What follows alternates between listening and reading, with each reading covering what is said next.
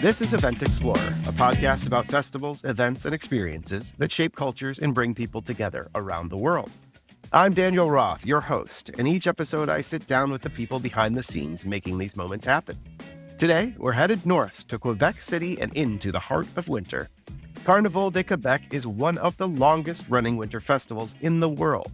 For more than 100 years, it's turned cold weather into a reason to get together, celebrate, and show off the culture of this wonderful city in a big, very public way. My guest today is Jérôme Déchêne, General Manager of Carnaval de Québec. He's responsible for shaping what the festival feels like today, while also figuring out where it goes next. That means protecting tradition, pushing creativity, and keeping an event of this scale relevant for both locals and visitors. We talk about programming the festival built for winter, how Carnival fits into the identity of Quebec City, and the decisions that come with leading something this iconic. If you like conversations about how great events are made and why they matter, subscribe to Event Explorer wherever you find your podcasts. New episodes drop regularly, and subscribing is the easiest way to keep up. Okay, let's bundle up and head to Quebec, where Jérôme and his team are prepping the 2026 Carnival. Welcome back. The Carnaval de Québec is one of the oldest and largest winter festivals on the planet, a celebration that blends deep tradition and bold new experiences every year. Our guide today is Jérôme Déchêne.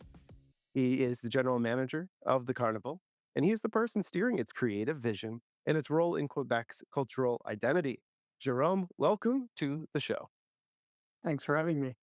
I am so honored to have you on. This is, yes, one of the largest. This is a pride point for Quebec, the entire region. And my experience with winter festivals is we're not shy from winter here. We are building giant things out of snow. We are carving ice. And anything you can do to enjoy the cold of winter and make it as good as it can be. You guys do it.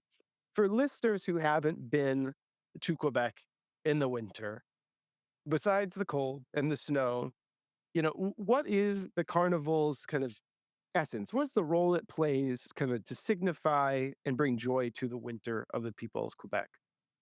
We all know that winter sometimes can be a difficult season for everybody. I think this is how it started, and this is what we're trying to do actually to make people enjoy winter. And they go out and they play and they have fun, they dance, they come and see the night parade. I think it's probably the most important thing for us when we plan the carnival to make sure that everybody is going to have a festive experience and they're going to go out and enjoy the winter. Excellent, excellent. And you're really defining what a festival experience can be. We're almost at 100 years and 90 some iterations of the carnival dating back, I think over 100 years. We've had some years here and there that have changed how the festival's put together. This has become, a cultural touchstone in the winter. I imagine the whole city, at least in the area of the festival, is expecting this. This is kind of what people set their calendars by. How's the energy this year looking towards the festival? Actually have a lot of snow as of now in Quebec City, which is makes people count actually Christmas seasons, but the winter carnival too. I think everyone here in the team is pretty excited. This is the most important part of our year. Actually, we've been working for on this edition for the past year and or so, and we're about to go and build the Ice Palace in like a month or so. It's beginning to be exciting for the whole team, and we get people all around the city talking about the carnivals coming up, and the excitement is building up for sure. Awesome, awesome. And this is for people of all ages. Did you grow up in the region? Are you a hometown Quebecois? Exactly. I grew up here in Quebec City, and I do have a memory when I was a young child being on the shoulders of my dad, seeing the night parade. This is something that most people who live in Quebec do have a memory of that, and it dates back to their childhood, and then they want to give it back to their children as well. And when people grew up, we do have experiences for adults and stuff at the festivals.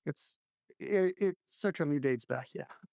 Even just from your childhood, what was that time like, and how does that compare to what you do today? I know with the Bonhomme, the spirit of it, the kind of signifiers, the icons of the festival. you have a very strong importance on keeping tradition alive. So I think there must be some recognizable pieces, and then we've advanced with whatever technology or just what events have advanced with. Do you recognize the festival from when you were a kid today? And what changes have you seen? Actually, we do. This is something really important to us when we plan the carnival. First of all, it's a carnival, not a festival. So I'm saying festival as well. Very good. Good. That's some things I say too. Don't worry. Sure. I think the essence of it stays the same because we really like to keep the traditions going. We got the Ice Palace it's gonna be there every year. We've got Bottom, obviously, was the most iconic tradition we have here at the carnival. We also have ice sculptures and the night parades are something, and the ice canoe race as well. So those are the main traditions that we keep going and rolling every year, and people show up for them. They want to see people go on the St. Lawrence River with the ice and snow, and they want to see people do the ice canoe race. People gather for the night parades in Lower Town and Upper Town every year. We get like 40 to 50,000 people each year for each parade.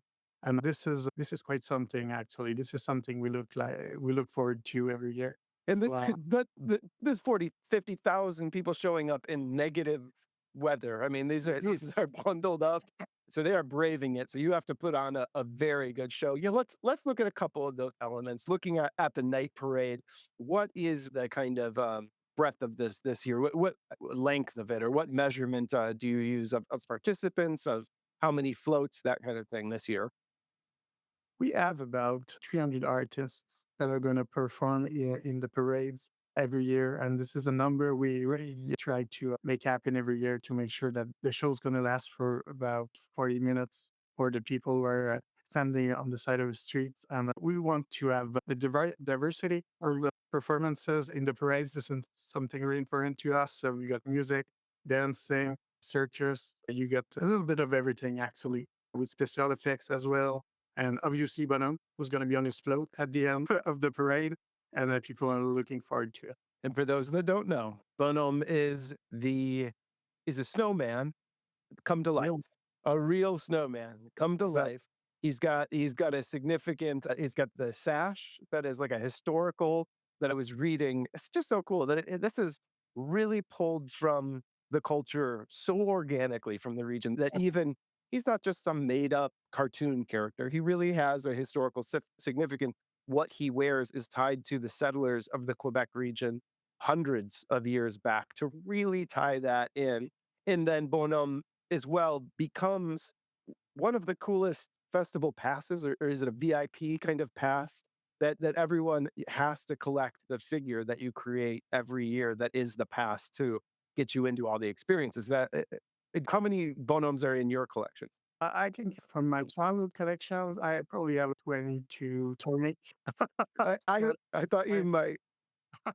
but over here, we obviously have all 72 Beautiful. PG that we have, and we do an exposition during the carnival about the history of the carnival. This is something we've been doing for the past couple of years. People can see them, the old 72 effigy that we made during our time. And Bonham obviously is our star. He Sure. just said he's a real snowman. He brings joy, he brings passion, and he brings excitement to the city and the carnival each year and every year. I love that. Yeah, I mean, just to own the snowman, it is yours, which is such a cool signifier. I'm sure kids go home and they make their own Bodum, and then it really does make it personal for them too, and make it, a little bit of magic in the winter. Very, very cool. Another piece of this is the Ice Palace. And I want to hear about as well scale here. This is Quebec's Ice Palace. So, like, how many blocks of ice? How is this coming together? How long does it take to put together this beautiful palace? It's about 3 weeks to build the palace. We got people who are building it, and then we got the sculptors coming in to make it as beautiful as it is each and every year. And we have about 3,000 blocks of ice. It's gonna be they each weight 300 pounds. This is Yes. quite, and they're actually building it for about, I would say, 10 days, and then we sculptors do come in. Okay, I see. So we do the big construction, and then we come in and add the finesse and the art to it afterward, which is very cool. And these are these are pros. They live for this. This is what they do. They are artists with a capital A, building this, after obviously thousands and thousands of pounds of ice are harvested and shaped into the form. What size is the palace? Does the palace stay the same design, or does the design evolve every year? We change the design every year. Nice. This is something we're really proud about. And the what they're going to see with the sculptures too. We want to make it as unique as it can be each and every year. Because this year the sculptures they will represent actually the legends of Quebec, and so where each room will be inspired by a legend from Quebec here. And we also got one that was just created actually by some students Mhm. that just come in Quebec. People from all over the world. I think we have 40 or something nationalities. People that just arrived in Quebec City, and they just created a new legend that is going to be showcased in this year's Ice Palace. Oh, that's beautiful. It's yeah, not just it's history being made Mm. now and new mythologies in that way. Wow. Exactly. That you said that it's part of the culture here, and Yeah. this is something we're really proud about. Is that we want to make people from Quebec be as involved as they can be Okay. uh, in the carnival. And how do you go about that? Is that working, imagine, all the way from school groups to contracting musicians and artists, even probably celebrating chefs and cuisine, making sure that you offer local cuisine? How do you go about making sure it's as local as possible? Is it I'm sure that starts in February for the next year every year, or you have these kind of reoccurring people that are always part of it?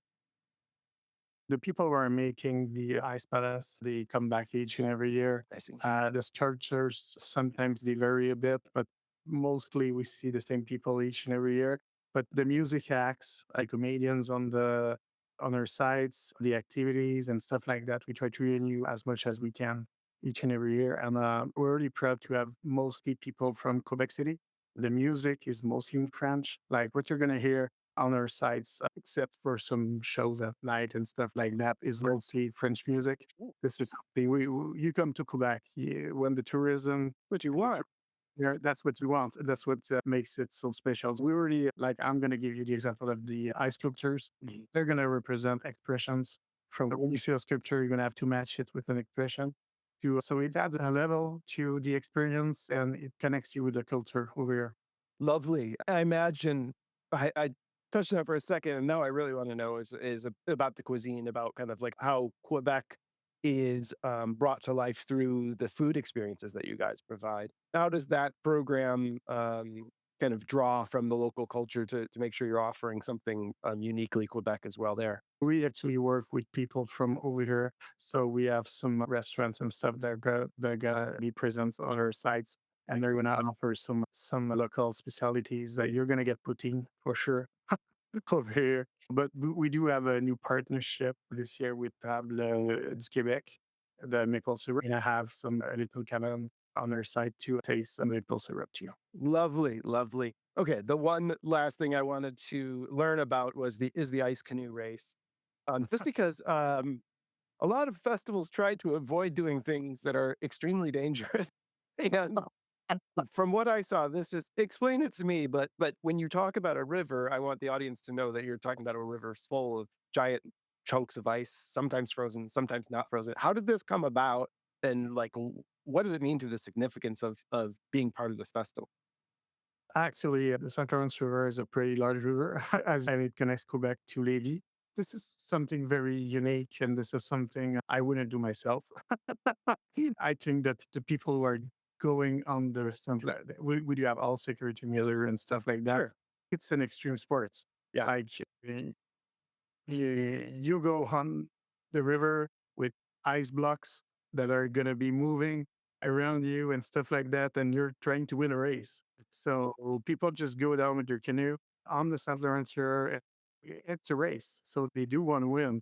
And you got thousands and thousands of people on both sides of the river that are just cheering and looking at this. And it's pretty unique actually to see them go. They leave 15 to 20 canoeings at the same time and then you hear the ice, the crunching of the people are walking on it with their shoes. And when the canoe hits some ice blocks and stuff like that. You just hear it from the shore. So it's really something to look into. It's amazing. It is. It looks extreme from all the pictures and video that I was watching. So it's a river. It's made of water. But if it's been cold enough, they might have to get up out of the river and walk the canoe over. That actually that's what they do. Yeah. They don't just stand up and walk. They jump out of the canoe. Sure, they jump in and out. When they hit the water, they just It's they extreme. go. Yeah, exactly. It is so cool. It is so cool. Well, okay. So I think we're painting a pretty amazing picture. The wintertime might not be everyone's opportune time when they think of tourism to Quebec, but you are really being that draw for the city. I imagine as the director now are really tied in with the municipality, making sure that this all goes off without a hitch. How supportive is the community and the local government and everyone on making sure that this festival just keeps on getting bigger and bigger? We have to have full collaboration because when you're doing a night parade and you have to block streets for a whole day in the center of Quebec to make sure that you can go for 2 kilometers with the parade, you have to have full collaboration. And we do have that. We're pretty lucky actually to have the support of the city, the support of the government too. It's part of the culture.